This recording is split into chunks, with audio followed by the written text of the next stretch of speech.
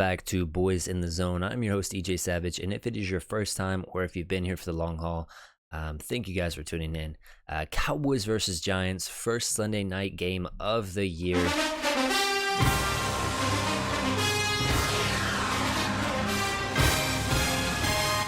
How about them Cowboys? Yeah! I mean, how about them Cowboys? You talk about a fun game, familiar foe in the New York Giants, and I mean, talking about the Cowboys, no serious overhaul in the offseason. You talk about addition through subtractions when you're talking about letting go of Kellen Moore, in my opinion, which we'll get a little bit more into later on in the video. But just going into depth real quick with these additions, you know, Brandon Cooks, Stephon Gilmore, you add Mozzie Smith in the draft.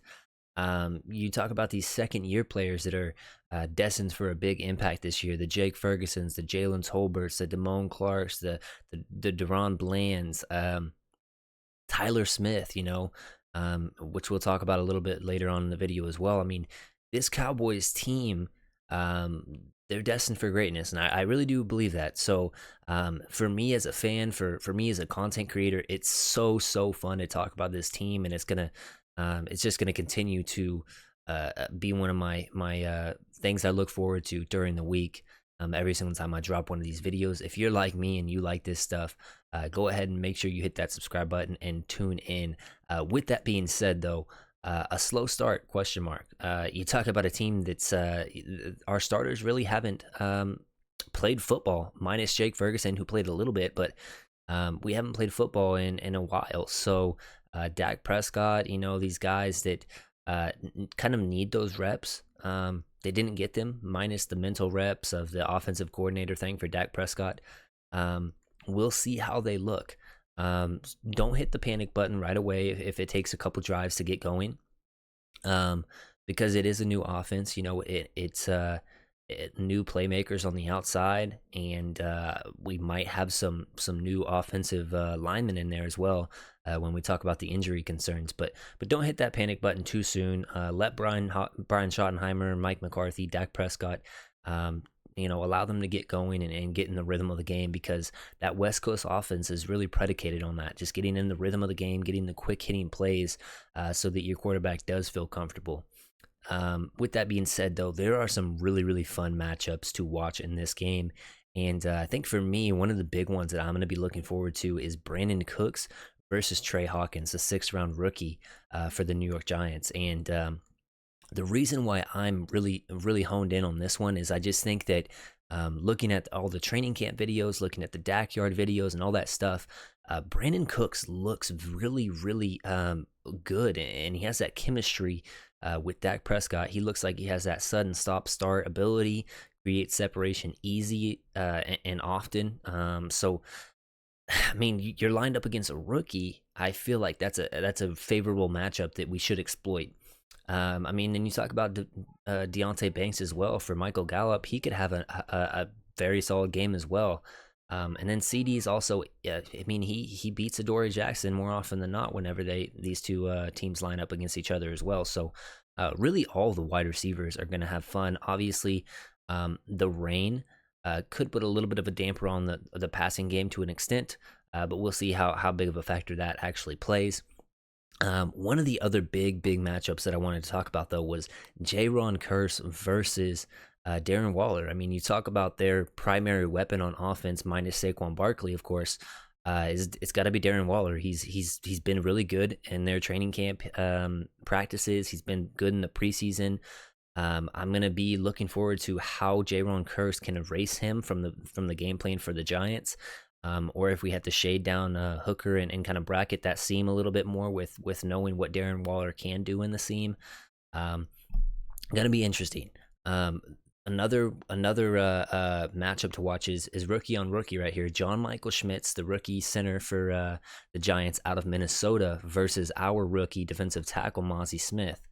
Gonna be interesting because I really like John Michael Schmitz out of the draft. I thought that he was a player that played with a dog mentality. He kind of knew what he wanted to do as a center.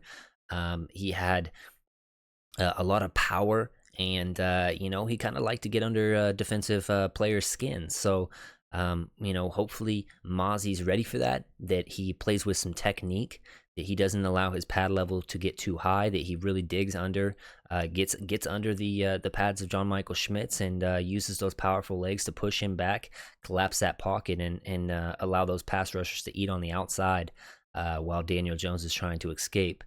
So that's one of the 4 ones I wanted to talk about. And then the last one is best on best, in my opinion. Micah Parsons versus Andrew Thomas. Micah Parsons got 2 sacks against Andrew Thomas last year. And he's one of the best left tackles in the league. I think an all-pro very soon in his career. So it's kind of funny because Micah Parsons, in my opinion, was a linebacker playing defensive end the 2 years prior to this. Now he's finally an edge player. He's finally a defensive end solely. He's gotten better hand tech. He's gotten better at the tools, the pass rush moves, the push and pulls, the strength stuff. And you combine that with the speed and the raw athleticism that he already had.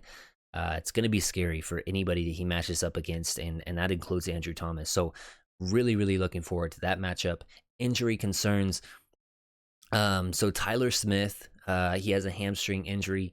I personally, I probably would sit him and play TJ Bass in his spot, just because I would rather lose him for 1 week than 4 weeks.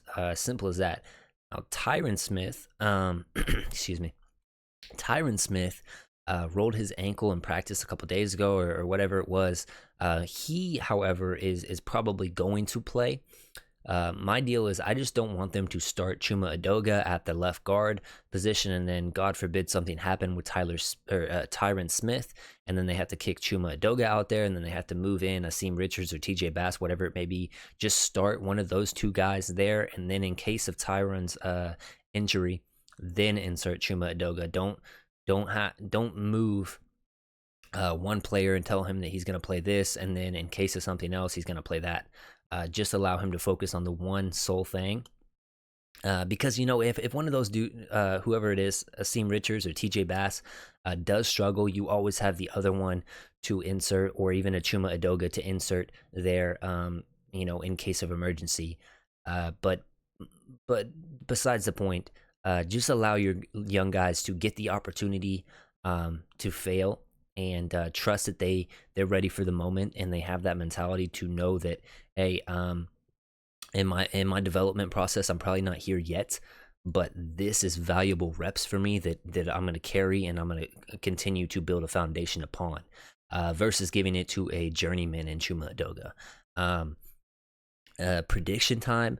I don't want to take the Giants too lightly. However, I really do think that the Dallas defense is going into the offense and just telling them, like, listen, guys, if you hold this team, or if we hold this team to under 20 points, you guys should win. Simple as that. So the offense knowing that, like, hey, as long as we can get more than 20, we're going to win.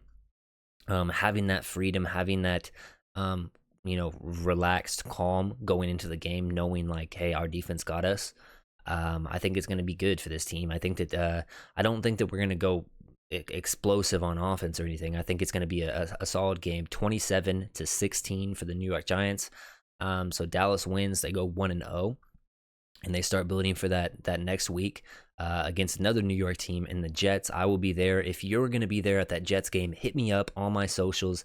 It's popping right up on your screen right now. Boys in the Zone on Twitter. In my opinion, it's a must-follow Twitter account. Live Cowboys updates, news, notes, opinions, clips, and more. I have a great time on there just talking to people and chatting about the Cowboys. So if you're not following me there, go ahead and do so. If you're not subscribed to my channel right now, go ahead and subscribe. It's only going to continue to go up from here. Going to be dropping a lot more content, a lot more lives with some fun guests from other shows. If you're interested in getting on a fan forum, go ahead and hit me up as well on Twitter. Hey, thanks for watching. I appreciate you guys, each and every single one of you guys. And with that being said, I'll catch you next time. Thanks. Yeah. Forget what you got, none of it matters until you don't work from the top. I'm talking non-stop, squad. They've been down with me for years, and none of them asking for squad. Five, out of the gutter, don't stutter, I'm taking my shots. Pop, block, out the noise, some others, my brothers and me, we going off. Bippity pop, talking that itch, I'ma empty my clip, my Google go pop. There goes another, I'm jumping for cover, then I'm taking off, we not getting caught. Tired of violence, but you pushing buttons, it's something that's ticking me off. Soft, say it again, gonna regret it, I'm talking beheaded, your body's gon' rot. If you do not know me, don't comment on my life. Don't comment on my daughter, don't comment on my wife. Me, I'm just a father, gotta hustle in the night. Ski mask with a 45 like MJ, take a flight.